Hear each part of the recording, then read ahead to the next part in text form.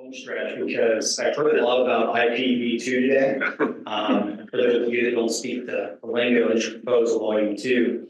Approved by NTIA last week. Thank you, Nicole. Where's Nicole? I have 45 slides on that. Every detail of the approved version of this afternoon. So I'm not sure we're quite in the home stretch just yet. In all seriousness, IPv2 will be posted to our website, if not yet today, first thing tomorrow.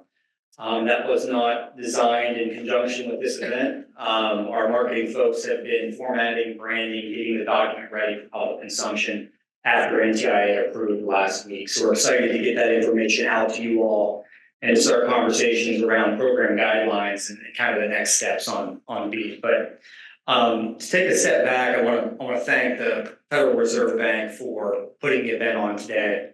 Great lineup of speakers. I think everyone would agree that the amount of experts and the amount of good information that was shared today is really a benefit to the work that we're all doing in this broadband space. So thank you to Philip for all your work to pull this together, Ashley and the whole team at the Reserve Bank, and to the tech folks.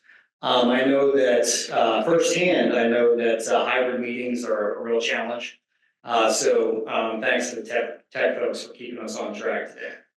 So some themes that I heard today that I wanted to just take a couple minutes and talk about.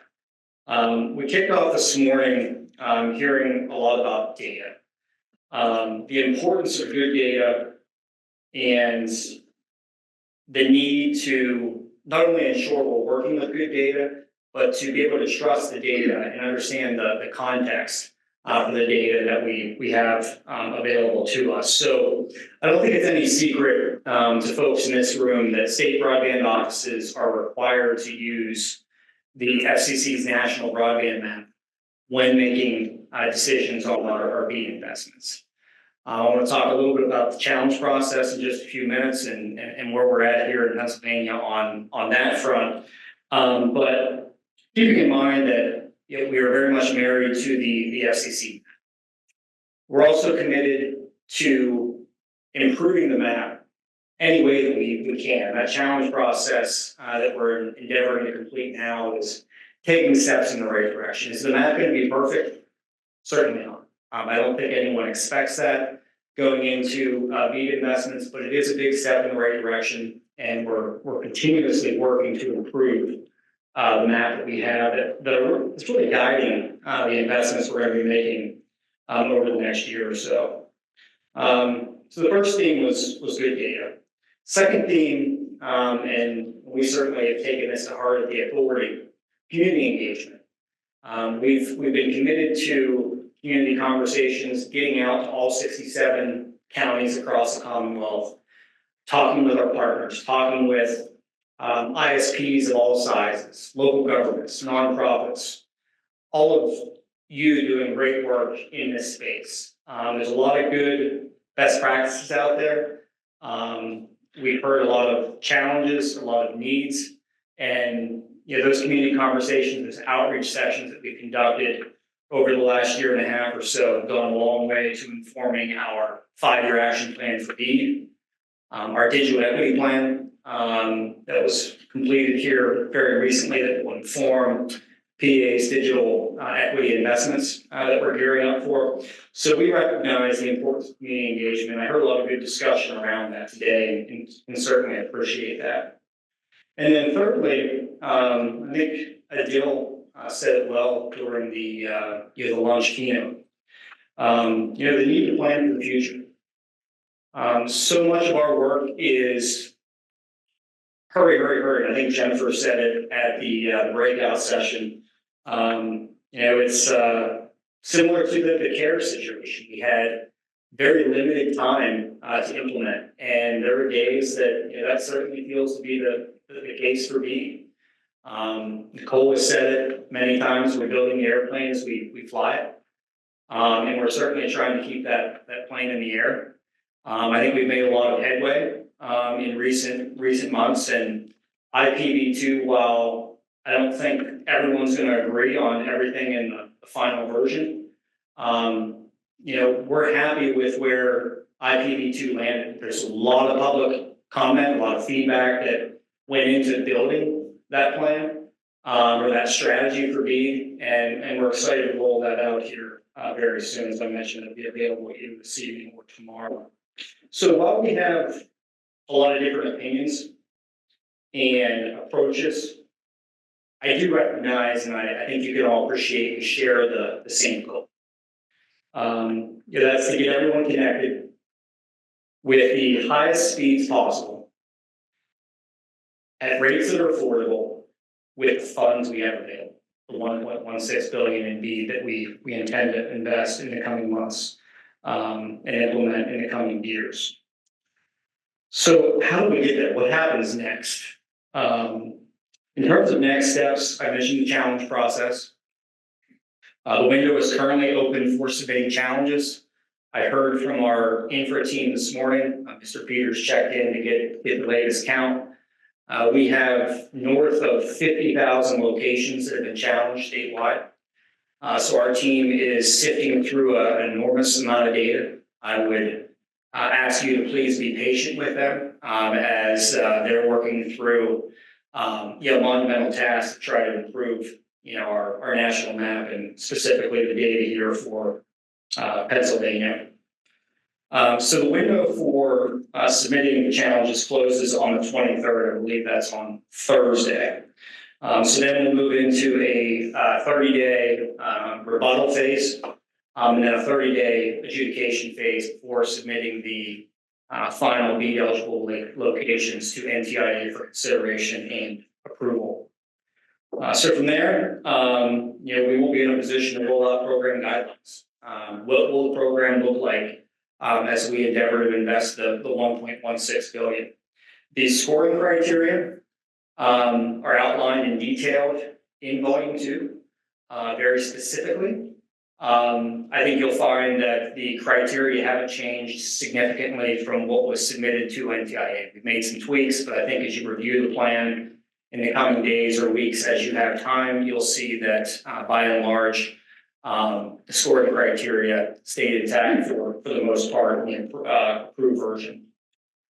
So in terms of timing, we're looking at soliciting proposals for BEAD later this summer, early fall, depending on some timeline coordination with NTIA and getting that final list of BEAD eligible locations approved. So that is the path we're on. We're trying to do this as expeditiously as possible and as efficiently as possible, keeping in mind that we have to get it right. We certainly can't afford to not get this right in terms of the 1.16 billion in investments. So to really close things out, and I know Philip has some comments to wrap us up as well. Christine, you mentioned 2003. Since Vermont has been endeavoring to build out infrastructure throughout the state. We're not afforded that luxury. We are very much trying to get things launched in an expeditious manner. But I want to remind everyone that we have made a lot of progress. I'm seeing a lot of good work, not only from our team, but from everyone in this room. Everyone is contributing, pulling weight, and pulling oftentimes in the same direction, even though we're not going to agree on all the details all the time. Stephen, I think you mentioned collective progress is what I jotted down. I appreciate your remarks. We talked a lot about challenges that we face, and there are a significant number of challenges ahead of us. Time, we're now on the 365-day clock, about a week in from IPv2 approval to having a final proposal ready to submit to NTIA that outlines where this 1.16 billion is going to go. Who will the subgrantees be? Who will be building out these networks? We talked a lot today about matching funds, and I can certainly appreciate the challenge on that front. I think you'll again see in the IPv2 scoring How match is going to be handled. There is a 25% match requirement. That is no secret. There's been a lot of discussion around that. But the IPv2 will certainly outline, our plan for how we prioritize match.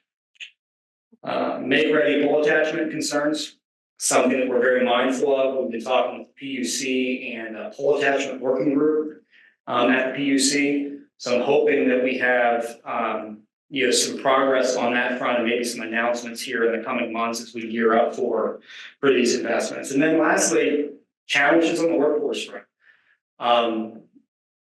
I would echo Stephen's comments in that I am encouraged after sitting here today, hearing all the various speakers and panels. There's a lot of great work happening. And I think generally we're all pulling in the same direction. So we're excited for the work that's been done, and we're really excited to take the next steps as we get ready to stand up B this summer into this fall. So thanks again to the Federal Reserve Bank, and thanks, Phil, for the opportunity to have our team here, Mr. Peters, an opportunity this morning to give everyone an update and for me to wrap things up. So I'll hand things back over to you. Thanks, everyone.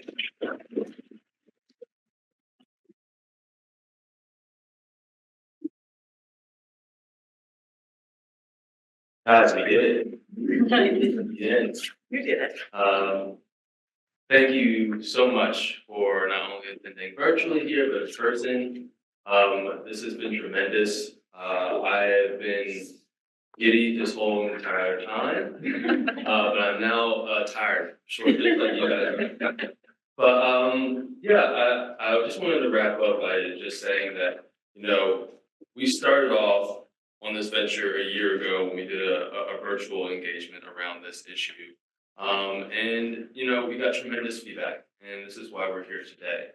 And we want to partner with you guys in the future as well, right? So hopefully, we can look down the road in terms of building a coalition around workforce readiness around this issue.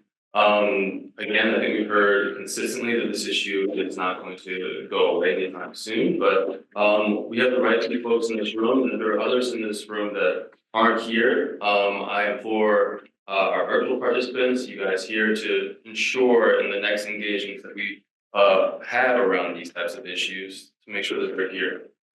So again, thank you. I don't want to hold you guys any longer. I really, really appreciate your guys' time. And I'm looking forward to seeing all your guys' faces in the next community that we have. So take care. Have a wonderful day.